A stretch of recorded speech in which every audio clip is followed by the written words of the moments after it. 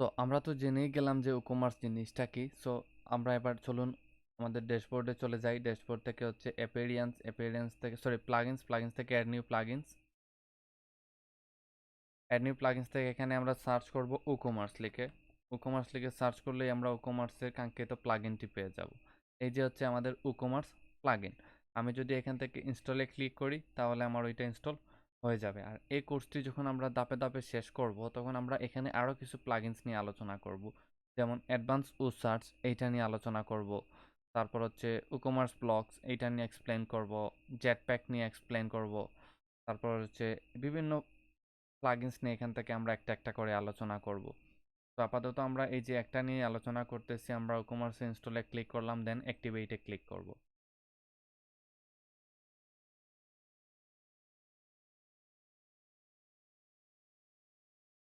অ্যাক্টিভেটে click করার পর আমাদেরকে একটা সেটআপ উইজার্ড এখানে আসতেছে। এই সেটআপ উইজার্ডটা প্রথমে আমাদেরকে সেটআপ করে নিতে হবে।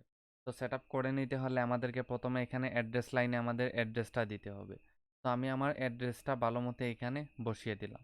অ্যাড্রেস 2টা হচ্ছে অপশনাল, আপনি চাইলেও দিতে পারেন যদি আপনার অ্যাড্রেস লাইন 1-এ জায়গা না হয়। আমার যেহেতু হয়ে গেছে তাই আর আমি এখানে দিচ্ছি না। দেন সেকেন্ড হচ্ছে কান্ট্রি রিজিয়নটা দেওয়ার সময় আপনাকে অবশ্যই আপনার জেলা আর হচ্ছে যে আপনার দেশটা সিলেক্ট করে দিতে হবে।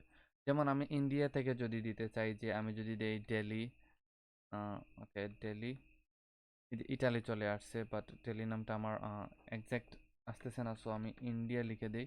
এরপরে এই যে ইন্ডিয়া, আসাম, অরুণাচল প্রদেশ, বিহার। আমি যদি এখানে যদি আমি ইউএসএ লিখে দেই, ইউনাইটেড স্টেট মাইনর, মিডওয়ে, নাবাসা, প্লামায়া। তো অনেকটা আছে। সো আমি এখানে যদি ধরুন আমি এখানে আছি সিলেটে বাংলাদেশে, সো আমি সিলেট, এই যে বাংলাদেশ সিলেট নামে একটা জায়গা আসছে, এই জায়গাটাকে সিলেক্ট করে দিলাম। দেন সিটিটাই অবশ্য সিলেট, আমি সিলেটটা লিখে দিই। ওকে। এরপরে যে জিনিসটা আছে পোস্ট কোড, আপনারা যার যার পোস্ট কোডটা আপনারা লিখে দিবেন। আমি আমার পোস্ট কোডটা এখানে লিখে দিছি। তারপর আপনি যদি ক্লায়েন্টের জন্য এই পেজটা সেট আপ করে থাকেন তাহলে এইটা, আর যদি নিজের জন্য হয় তাহলে আনটিক। আমি সাজেস্ট করব আপনার ক্লায়েন্টের জন্য হোক আর আপনার জন্য হোক এটা আনটিক দিয়ে রাখবেন। দেন কন্টিনিউতে ক্লিক করবেন। এরপর এখানে কিছুই দিতে হবে না, জাস্ট নো থ্যাঙ্কসে ক্লিক করবেন। ইয়েস দিলেও নো প্রবলেম, কোনো অসুবিধা নেই। এরপর আপনি কী ধরনের প্রোডাক্টটা সেল করবেন এই ই-কমার্স সাইটে বা আপনার ওয়েবসাইটে, ওইটা এখান থেকে সিলেক্ট করে দিতে হবে। তো যেহেতু আমরা এখন একটা ই-কমার্স নিয়ে শিখতেছি একদম ডিটেলসে, আমি আপাতত একটা, দুইটা, তিনটা বা সবগুলাই সিলেক্ট করে দিই। আমি সবগুলাই সেল করব। দেন কন্টিনিউতে ক্লিক করার পর আপনার প্রোডাক্টটা কী টাইপ, প্রোডাক্টের ধরনটা কি, ফিজিক্যাল প্রোডাক্ট অর্থাৎ কি হাতে করে নেওয়া যায় ওইরকম প্রোডাক্ট, নাকি ডাউনলোডেবল। তো আমরা দুইটাই দিয়ে দিলাম। দেন কন্টিনিউতে ক্লিক করলাম। এরপর এখানে আমাকে দুইটা পোস্ট কোয়েশনের আনসার দিতে হবে। How many products do you plan to display, আপনি কতটা প্রোডাক্ট ডিসপ্লে করতে চান। আপাতত আমি 1 থেকে 10টার ভিতরে করবো, তবে আমি 11 থেকে 100 করে দিলাম। এটা আপনি 5,000 করলেও আপনার নো প্রবলেম।